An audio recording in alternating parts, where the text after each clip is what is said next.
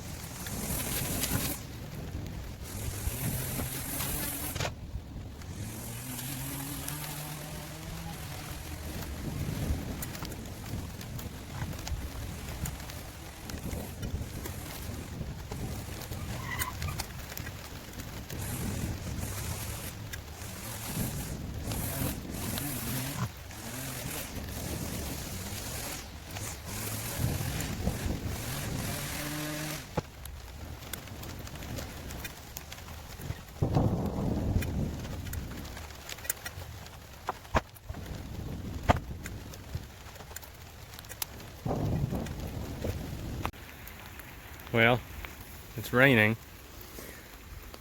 thundering and storming and all the stuff they said it was gonna do and said it wasn't gonna do, and it's doing it. At least I've got a cover on the majority of the floor.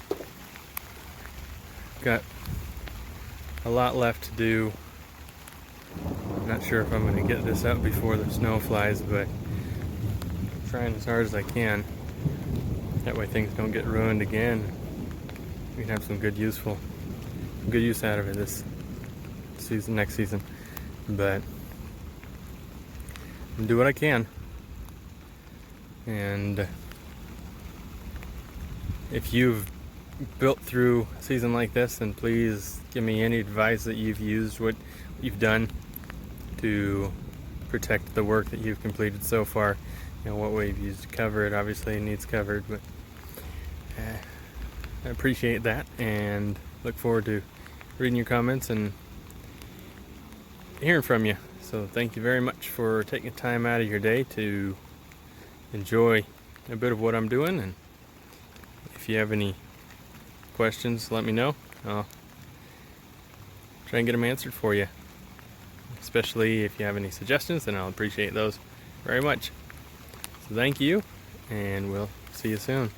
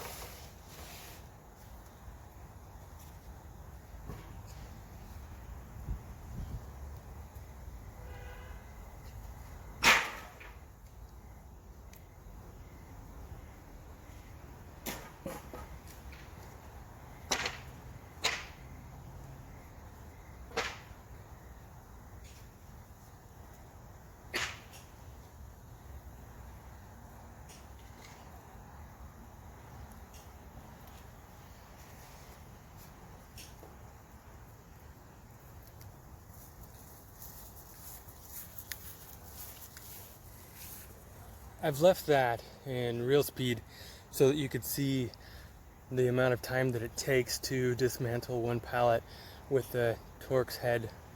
At first I was not really happy about the change from a square to a Torx head, but honestly I have found that there's a significantly lower quantity of screws that are snapped off, and the screws getting stuck to the driver bit is so far null. I haven't had it happen like they do to the square head bit and have to finagle getting it off the bit or having the bit come out of the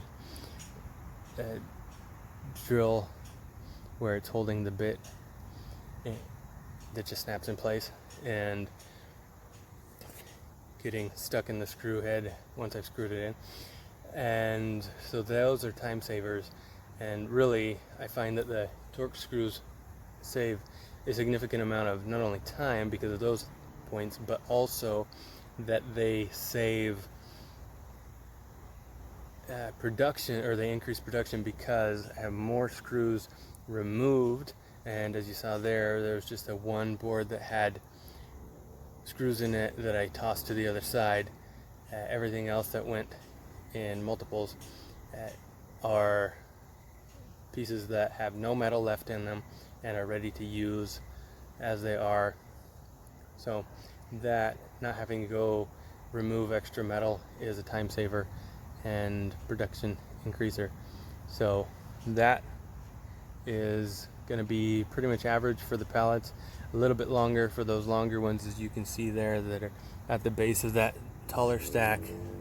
I've got some 10-foot long ones, which are good. Those are going to be the faces, inside outside faces for the 10-foot logs, and I hope to get a lot more 10-foot ones, because that's what I want to use for the roofing, if at all available.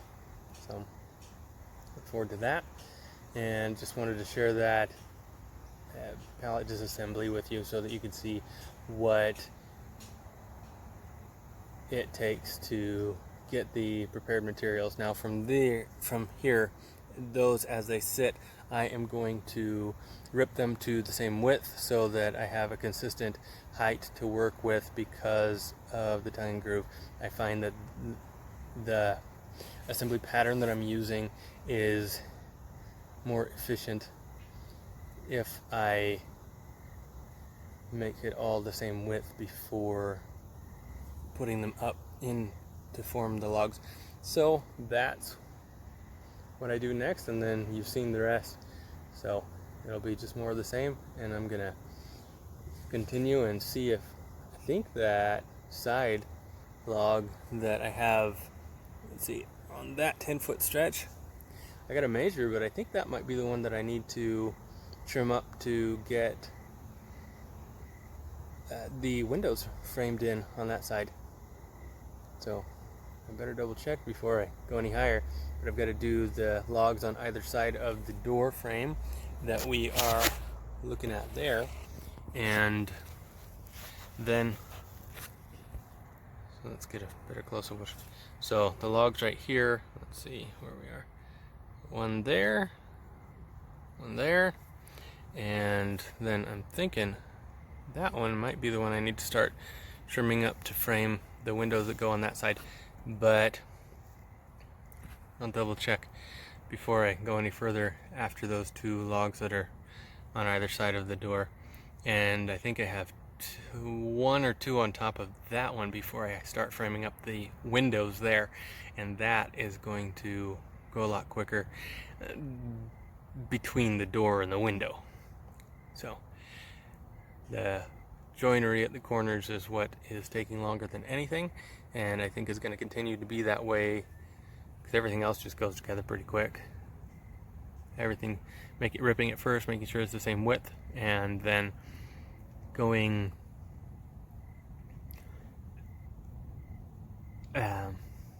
together and screwing it together is pretty quick. I just need to make sure that I've got the the lengths the same as they were lower down. So unfortunately, that back corner there, I have lengthened a little bit as I went up through the logs, so I'm going to have to slowly bring that back to where it was originally, and I'll just have to make sure that I am measuring until I get things square, and that corner, that wall is going to go out and back in a little bit, and it's not enough to where it's not going to be over itself. It's still going to support the wall and roof well, but I noticed it now, and I don't want the whole thing to go whoop and curve out as I go toward the roof. So that's where we're at, and appreciate you joining me. Please like and subscribe and share, and let your folks know if they're interested in building a cabin that they don't have to let anything hold them back. I've just gone ahead and checked code and make sure that I'm able to do this without problems, and I am perfectly within legality to put this up and not have to worry about extra costs.